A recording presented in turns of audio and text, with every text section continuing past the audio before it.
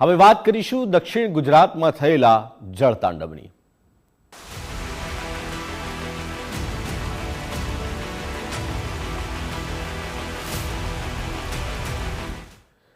સુરતમાં વરસાદના વિરામ બાદ પણ લોકોને હાલાકી પડી રહી છે। ખાડીના પાણી બેક મારતા લોકોને મુશ્કેલી પડી રહી છે।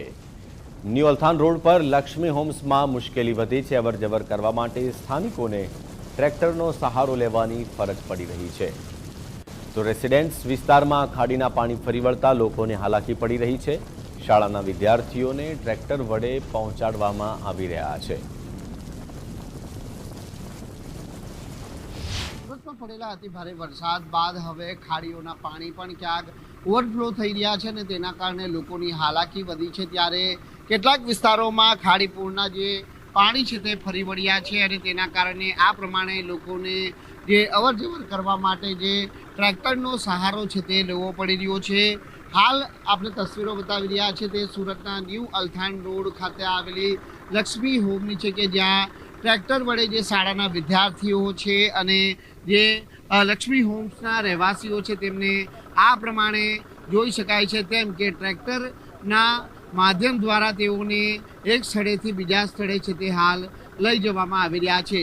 એટલું નહીં પરંતુ હાલ જ એક દર્દીને પણ છે તે ટ્રેક્ટર મારફતે છે તે બહાર લાવવામાં આવ્યું હતું અને ત્યારબાદ 108 દ્વારા તેઓને સારવાર અર્થે હોસ્પિટલ ખાતે ખસેડવામાં આવ્યા છે। ત્યારે લોકોને કઈ રીતની તકલીફ પડી રહી છે આપણે જાણવાનો પ્રયત્ન કરીશું।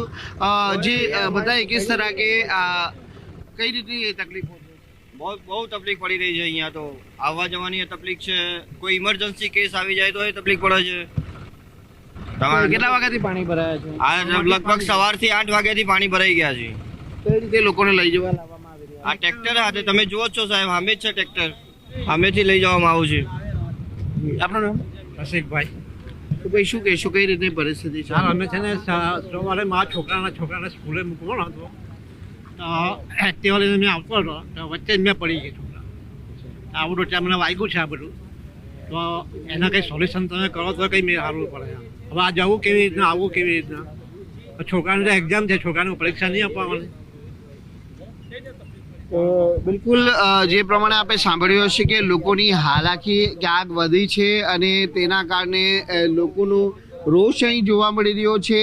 હાલ જે ડ્રેનેજ લાઇન મારફતે એટલે કે સ્ટ્રોમ ડ્રેનેજ છે અને સ્ટ્રોમ ડ્રેનેજ મારફતે હાલ પાણીનો ધીરે ધીરે નિકાલ છે તે કરવામાં આવી રહ્યો છે, પરંતુ ઝડપી રીતે જે પાણીનો નિકાલ થવો જોઈએ તે નથી જોવા મળી રહ્યો।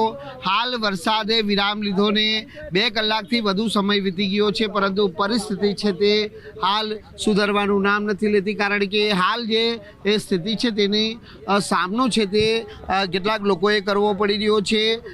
જે ખાડીના પાણી બ્લોક મારવાના કારણે છે તે આ પ્રમાણે જળ ભરાવની સ્થિતિ સર્જાય છે। ત્યારે સ્વાભાવિક છે કે લોકોની હાલાકી અહીં કેટલી હદે વધી છે, એટલે હાલ લોકો છે તે આ પાણી ઓસરવાની છે તે વાટ જોઈ બેઠા છે।